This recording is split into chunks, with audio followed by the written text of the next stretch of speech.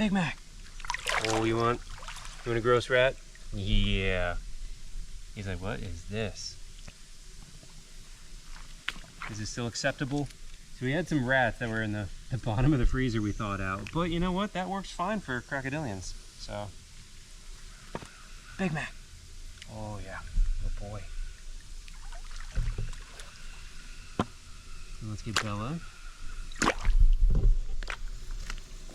Bella.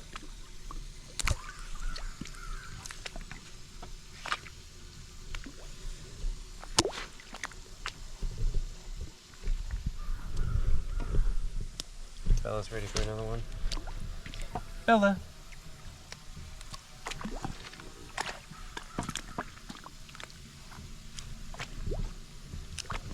Big Mac is inspecting his. She didn't want it. She tossed it? Yep. Hey, what about this one? You want to try another one? Bella.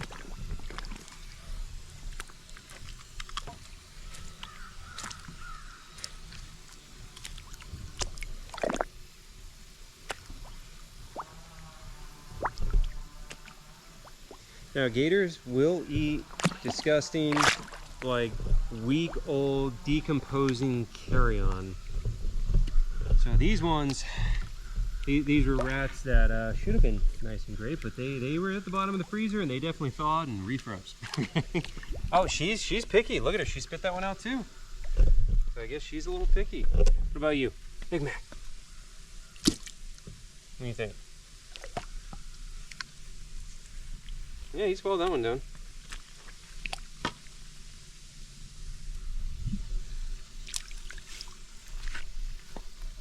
Big Mac. Alright, well, in the cooler weather, a lot of these guys don't want to come down and they want to stay up inside their heated box, but then they poop in their boxes, so I still have to come up here and clean it. Now we got most of them in their lockouts, just these two, the twins as we call them. Yeah, Coco and Gigi, so they're still out here. Yeah, again, they poop in their boxes, so I still gotta get in here and clean it, but you're not helping.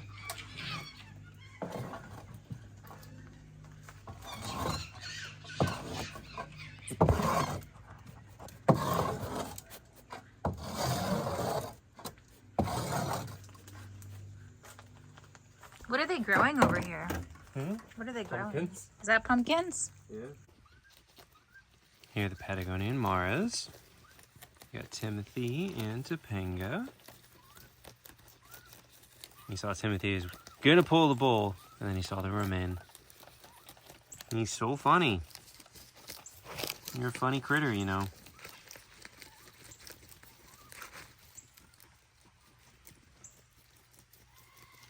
So these guys are a large rodent. They are related to guinea pigs. So think of them like a giant guinea pig with stilt legs.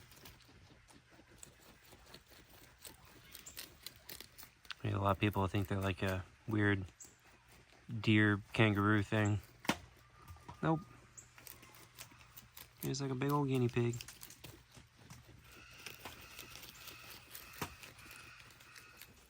Here's Yue the fox. That's a freeze-dried raw turkey patty. We got Kira on the side of the log. Oh, look at her. Hazel climbing the walls.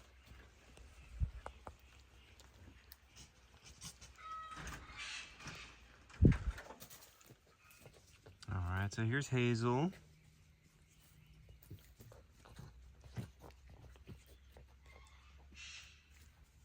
And then we got Shippo.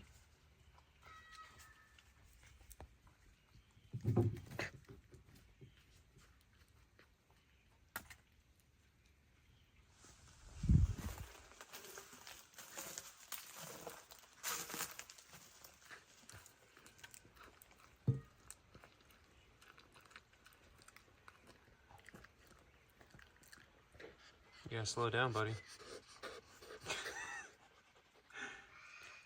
He does this. He eats so fast, he's gonna choke himself. Yeah, you gotta slow down. He's such a big fluffy boy. And here we have little dude, our African crested porcupine. He's got a biscuit. He's got his biscuits, he's got some butternut squash, some cucumber, celery, apple, carrot, sweet potato. Always good stuff.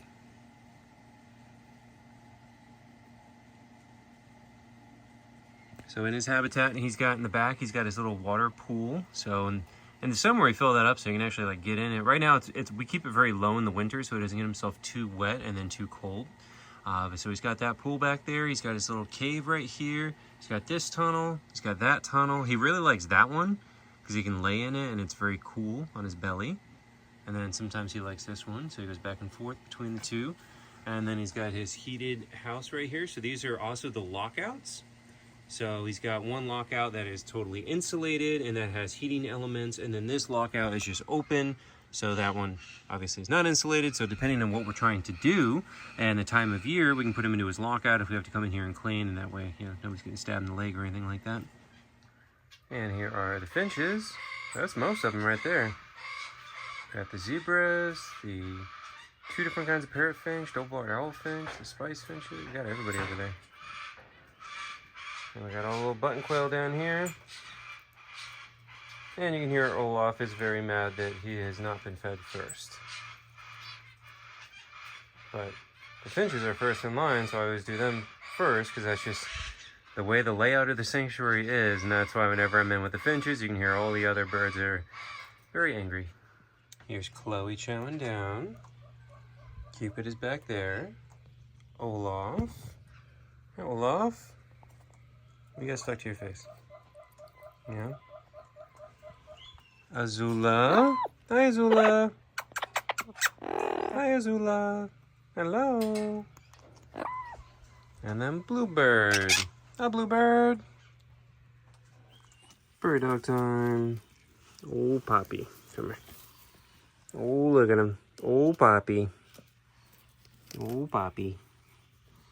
And Poppy and Coco. Got 2-for-1 deal here. And then Cheeky. Don't see her yet. She hasn't come up yet. Oh, what do you think? Glovey loves her prairie dogs. Oh, she wants to eat them. But she knows better. I let her sniff them. You know, she won't kill them because she knows she's not allowed to. But she would love to if she could.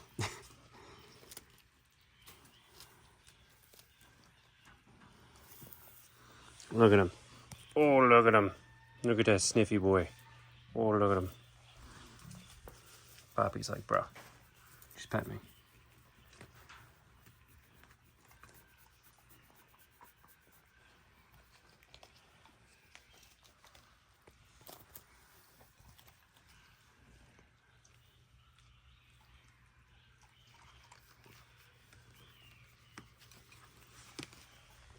I still no Cheeky out yet.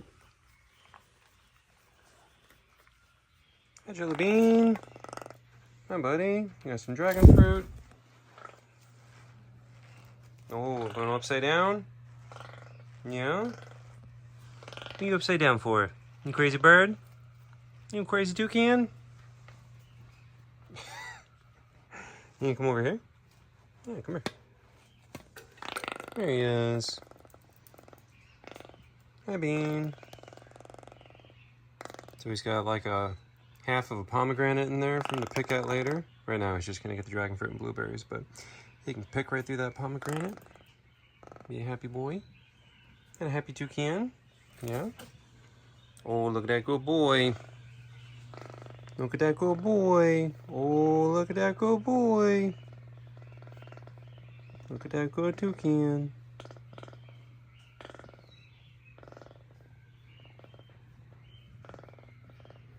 How cool his eyes are. Good boy, Bean. Now we're in the small parrot aviary. All the little budgies and cockatiels chowing.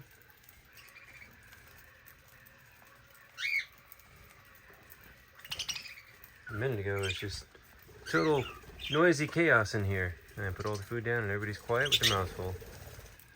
Well, for the most part. There's always some drama.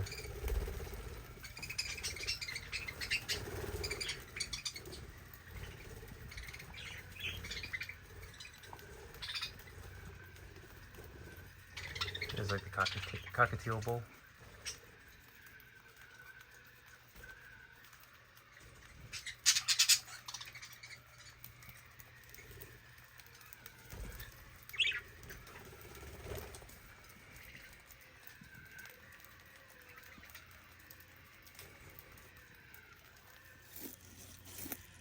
And here's Jumanji, our African spur-thigh tortoise, enjoying some hay.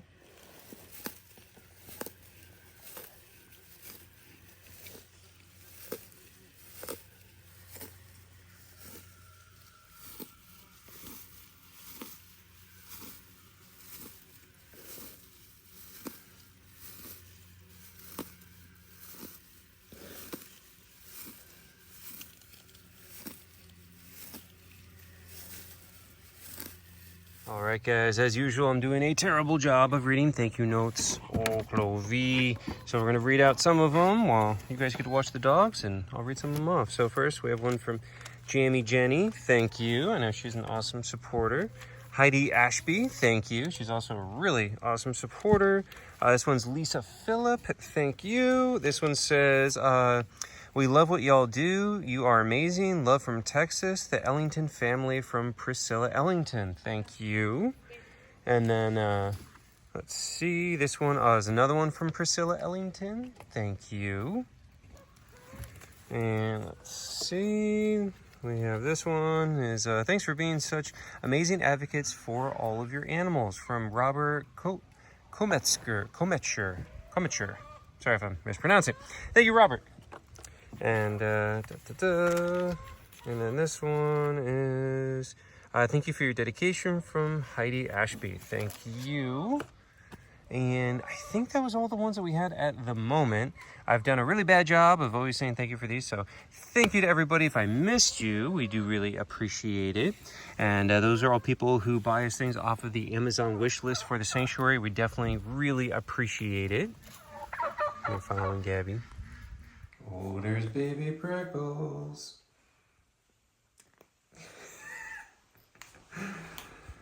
You guys, I love this creature so much. This thing is the cutest little critter ever. Look at her. How could you not love this thing? If you told me, 3 years ago when we were first really getting serious about getting the property for the sanctuary and this and that like I would have alligators and crocodiles, but one of my top favorite animals at the sanctuary would be a prehensile porcupine, I never believe you. Look at this thing. Obsessed. Simply obsessed.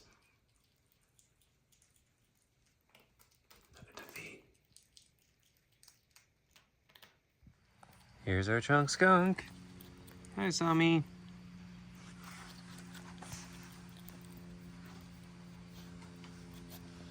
So, today has been a very stressful day, guys. We didn't talk about it on camera earlier, but I'll tell you what has taken up the entirety of the day as far as our minds go for me and Gabby. We went to go to produce pickup, where we get the donations from Publix of all the old produce that they're throwing it into the garbage. And instead of putting it in the garbage where they have to pay for it through the, they get charged by weight for how much trash goes out in the dumpster and everything. So instead of them having to pay for that, it's a win-win. We get the produce they're going to throw in the trash, and then they don't have to pay for it, right? So it works out well. I call them today, and the people that we interact with there, super nice. They're always amazing. They do a lot to help us. They're great. But they told me today that one of the new managers does not want to donate any more produce to animals at all. Why? I literally don't even know. He doesn't want it going to animals. I don't know if this guy just hates animals. I literally don't know. I have not interacted with this guy at all. Haven't been able to. I've been trying to. And so as of now, we have lost our produce donations. They're not going to do it. So we're trying to figure out how to rectify that situation, or if there's a different Publix that we can go to, hopefully one closer. I mean, we're going to one that's like an hour and a half away. But so far, you would think this would be an easy fix. I know, and this is what the comments always say. Oh, can't you just call your local? No, you literally can't. We've been here for 2 years doing this. We have called and went to every place we can. There is no, well, can't you just... I can't tell you how much that comment literally makes me angry, because we have been trying. We've been trying so hard. I show up at Publix's and Winn-Dixie's and Aldi's and every place we can. I have my nonprofit paperwork. I have all of my stuff. I talk about what we do here. I try to talk to managers. The same answer every time, everywhere. Well, you would just have to talk to corporate. You go to corporate, they shut you down. That's it. There's no way you can even interact with a person that makes a real decision. It's all just, well, you're going to have to go to them. It's just all deferred, one person to the next person, to a wall that you can't get through. And this has been repeatedly the problem. So this one, we only got in because this really awesome dude, Lee, was already getting produce donations from there for his farm sanctuary. So he hooked us up. He just lost his too because of this. So we don't even know what to do. It's really bad. So... obviously, we are going to be trying to get in contact with other, grocers in the area and see if we could figure something else out. Trying to contact corporate, even though that seems to be a dead end every time. We're going to keep on trying, but yeah, it's a major problem. So we just had to go to our local Publix, which also won't give us donations, and just buy everything. So we just spent $200 buying produce that was... maybe like a fifth of what we would normally get donated. We just paid for out of the sanctuary budget, and that'll only last a couple of days, honestly. So this is a huge problem. We've been getting produce donations from this Publix for the last over a year, and to have it just dropped out of nowhere, no warning, and also no real explanation other than the staff being like, I don't know, that manager's an a-hole. Like, just literally this guy, like, everybody hates him. Everybody we talk to that works there, like, this guy's terrible. And he just does not want to help animals. He would rather... That's the crazy part. He would rather it go into the dumpster and him have to pay for it. He would rather pay to have perfectly good food go in the trash than to save himself money and have it go to a sanctuary that benefits animals. He would rather pay money to have it be wasted than to save money and have it be used. It's insane. Like, I don't even know what to say. Sorry, I'm ranting right now. But, like, this has been our whole day. I didn't even film the pigs earlier. I was not in the mood, and I try to articulate my words in a family-friendly way. But let's just say I was not feeling very family-friendly earlier. So it was best that I just didn't film it, because I was livid, okay? It was, yeah. So anyways... yeah, we got to figure this out. And we're going to be trying to figure it out. But, yeah, I don't know. If we can't figure it out, man, I'm going to be getting this dude's email and phone number and have everyone who cares about the sanctuary contact him personally. Because this is unbelievable. I don't even know what to do. And here is Sierra the fennec fox. Chowing down. We got Jet. Oh, where'd he go? He was right there. Went to the tunnel.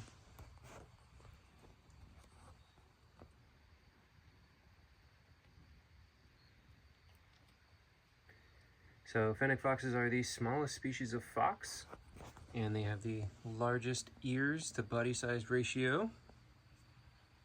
They're adorable little buggers, but as I always like to remind everybody, they're not domesticated. They are wild animals. They're cute wild animals, but they're still wild animals, so I don't recommend them as pets, or any wild animal as a pet.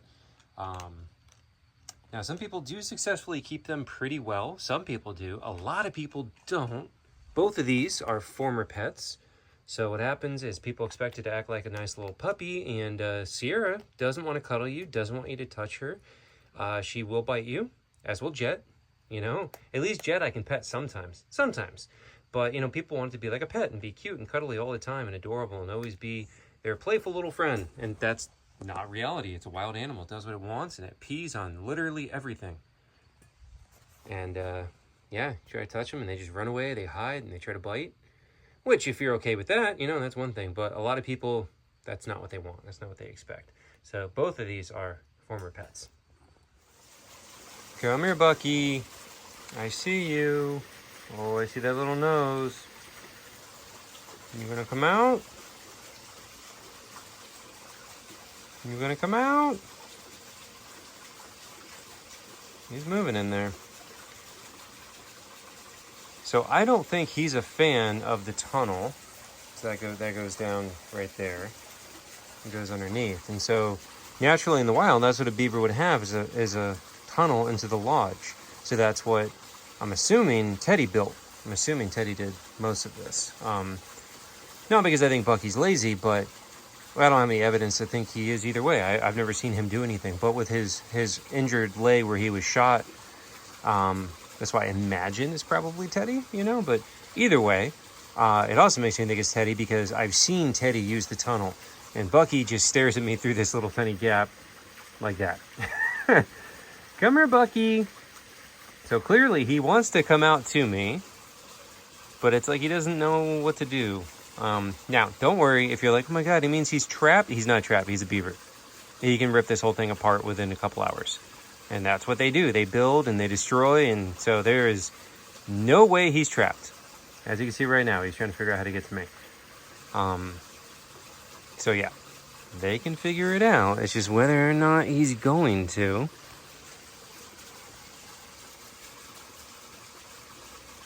And it's also, since the tunnel was put in by one of them, yeah, Bucky has not been coming up to me as often for food. So I'm assuming that's because he doesn't really understand the tunnel. See, look at him. I think he's going to break through the top. I'm wondering if that's what's happening. Because yesterday, that was completely closed off at the top, and now there's an opening. So I wonder if, like, Bucky can't figure out the tunnel, so he breaks through the top every day. And then Teddy's like this idiot and is just having to rebuild everything and close it off again. And like, why can't you use the front door? And Bucky's just walking through the wall. That's what I imagine in a comedy skit of the Beavers. But either way, I guess I'll put the food down for them. I already put a bunch in the water. I like to throw a lot of it in the water so that they forage. So I threw in a bunch of veggies right there, some apples and, you know, things that float. And I'll spread around a bunch of other food and biscuits for them. So we try to spread everything around so they forage, and that's more natural behavior than just eating out of a bowl. But I guess this is all we're getting is just a little sliver of a nose sticking out every once in a while. And just so you guys know, this is what I have to do every night. Climb inside of the tortoise house, check for these guys, make sure they're in here. See, there's one right there. That's one of the Aldabras. Make sure the heat's working, but I have to climb in here and make sure they're in here. And every time I'm in here, there are always these big old cockroaches, palmetto bugs, cockroaches, scorpions, giant spiders. Yeah, they're all in here every single time. So, glamorous life. Crawling inside of this little tiny space. And it doesn't help that I'm 6'5", you know. But yeah, there's always scorpions, spiders, roaches, all kinds of fun stuff in here. Here is Calusa the barred owl. Whoop. Here it is. Oh, there you go. She always likes to be in her box when I come in. Probably a safety thing, you know. She doesn't act that afraid of me, but gotta keep in mind she lived most of her life as a wild animal. And she's definitely still, you know, leery of humans. It's not like she was raised by people. We have her because she was hit by a car and has a permanent wing injury. So basically half her wing is gone and she can't fly. And she's also, she has glaucoma and cataracts in that bad eye right there. So she cannot go back out in the wild and survive, as deemed non-releasable by a rehabber. And that's how she ended up in captivity. Now, as I was walking up, though, there's a huge wild owl, same species as her, a barred owl, that was sitting right up there in the corner of her enclosure. So possibly a potential suitor, who knows, making friends. But, or, honestly, it could be an owl trying to be territorial. But either way, let's hope for the better of the two, and that maybe it was one that wants to be friends with her. But yeah, so we get lots of wild owls out and around here. It's pretty cool. But we'll go ahead and end the video. Thanks for watching, guys.